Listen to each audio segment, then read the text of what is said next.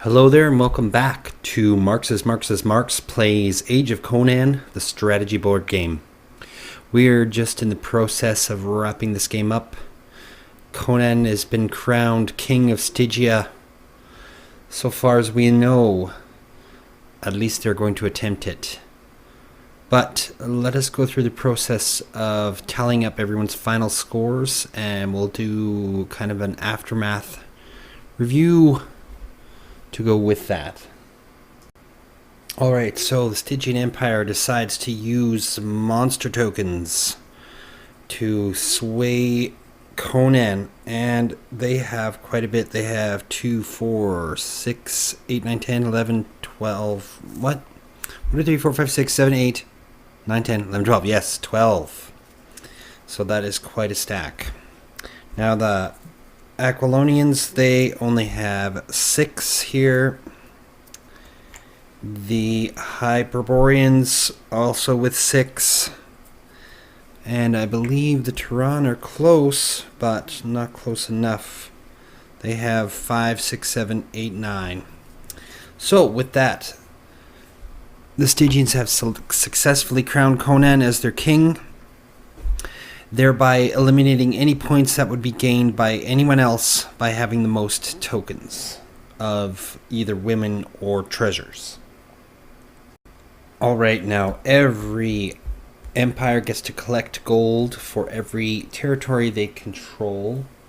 So Aquilonia first, they collect 19 in total for all of their controlled provinces, plus the 6 that they already had in reserve, for a total of 25 gold.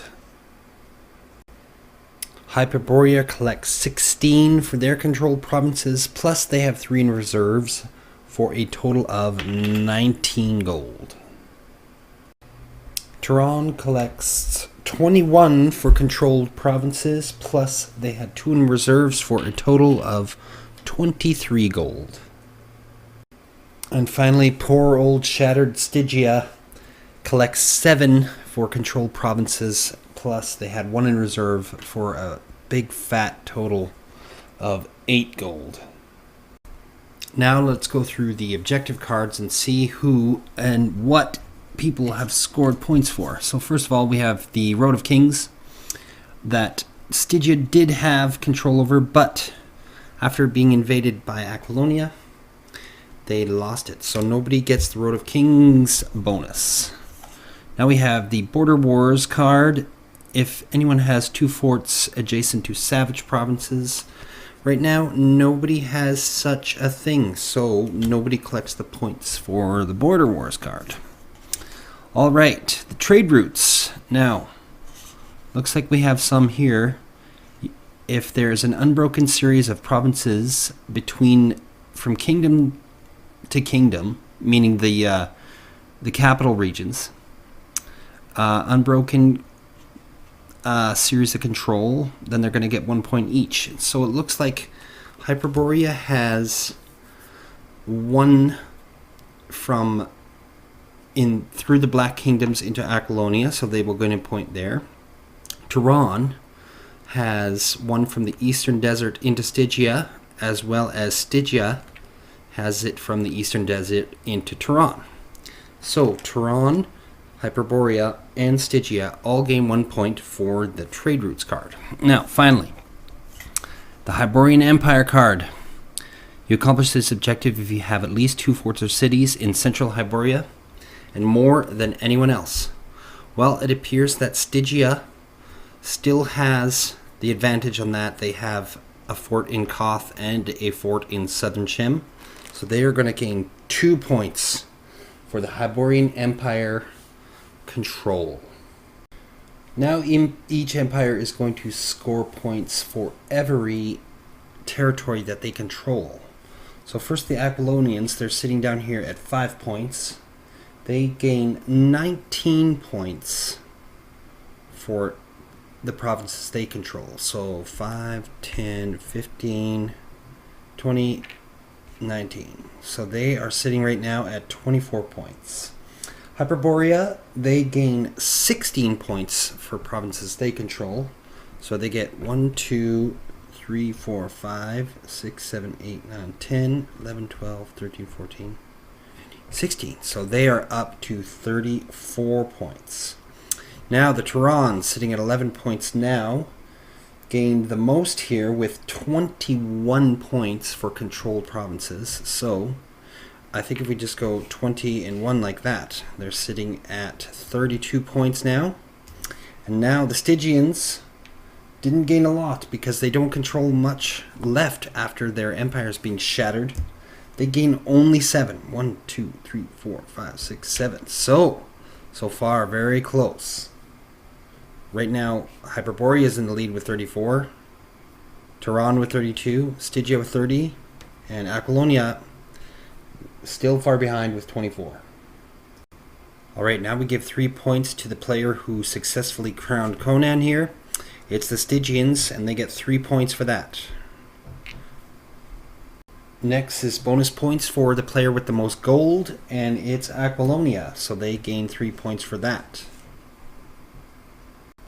Now we reward the player who has the most Crom Count the Dead tokens, and incidentally it is Turan here, so they get 3 points. They are now officially in the running to win. Except the Turanians have one issue unresolved. The 2 raid tokens in the eastern deserts that they lose 2 points for. Over here in southern Shem, the Stygians can answer for that by sacrificing one of their legions. So with that cruel twist of fate, the 2 raider tokens, Stygia or Turan drops 2 points to tie with Stygia for second place, and it appears that our winner for this game is Hyperborea. So it looks like the champion of this game is the Hyperborean Empire. I wouldn't say they won through skill and conquest. I think scheming is what pushed them over the top in the end. But they didn't really have a balanced plan of attack. They mostly were just horde mentality, take over as much as they can. They didn't quite get as far as they could have, but I mean, with the luck of the dice and the way everyone, the Turanians especially, were defensive, and plus in the north in Samaria and the Pictus Wilderness, where the Aquilonians have quite a wall of defense there, it pretty much contained the Hyperboreans for the most part. If it wasn't for Aquilonia's peaceful expansion, it would have made things a lot harder for Hyperborea to advance to the south. But with Aquilonia's peaceful missions, it was quite easy to run over these provinces that were allied with the Aquilonians. So, all in all, that's how the game happens sometimes. You never know until the last minute who's going to claim victory. Tehran, they played a balanced game. They tried to mix diplomacy and military conquest, and it worked out, I'd say, the best out of all of the tactics. If they had only answered for that eastern desert, they actually would have won the game. So I think that was probably just me not paying attention or losing sight of that. But I mean, things like that happen. And plus, they had a major loss in Karaja when their army was destroyed there.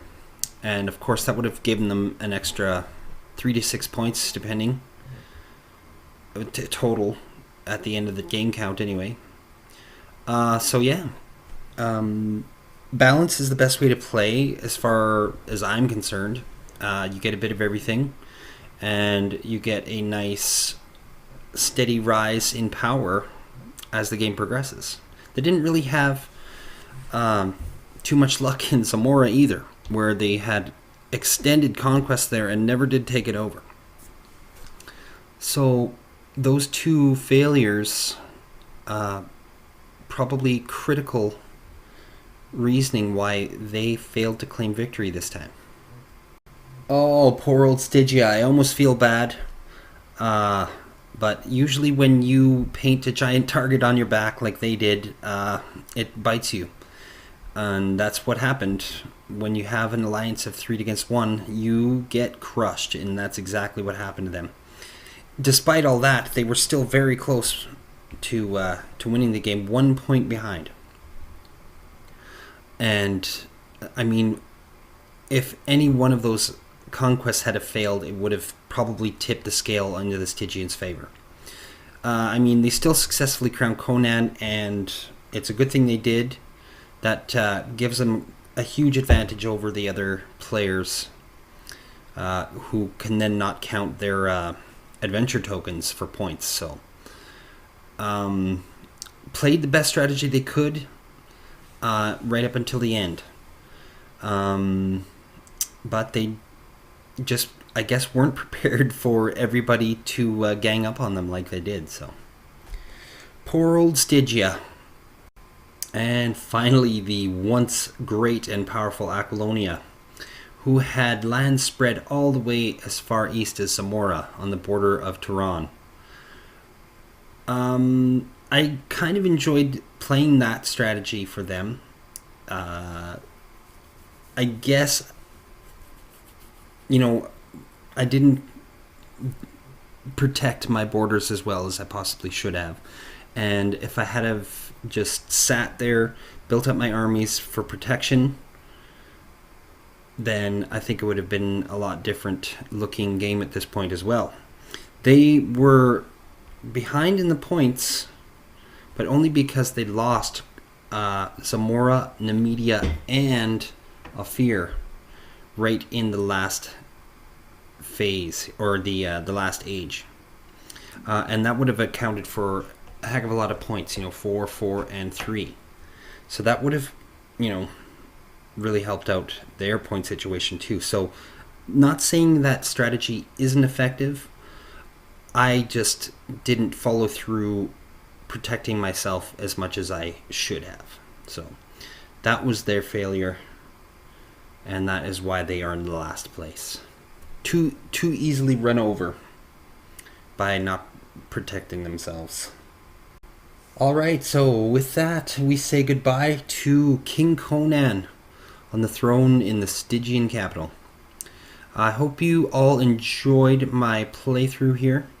One thing about changing the rule about having larger adventure decks, I don't think I would do that again. It did extend the game too long in the end, although I guess I'm torn between whether it was a good idea or not. Having a little bit longer is fun to film, but it does put a strain on how each player can bid on Conan, and they just have to be a little more careful. I mean, Conan was crowned quite early in the age, so there's still 3 adventures not even flipped over. But I was going to run out of tokens too, so I don't know if it was the greatest idea. Certainly the game wasn't designed to be played that way. But anyway, I hope you all enjoyed it. I really had a lot of fun with this. I had no predictor on who was going to win. I had my favorites, I guess, but I kind of played everyone as my favorite, didn't I? But a twist ending, and the Hyperboreans come out as the champion, despite Conan sitting on the Stygian throne. So anyway, this has been Marks playing Age of Conan, the strategy board game. And please leave a like, please subscribe, and please leave a comment. Let me know what you think. And I will start brain picking to see what the next board game video series is going to be. So I hope you tune in for that. So thanks a lot, everybody, and we will see you next time. Bye-bye.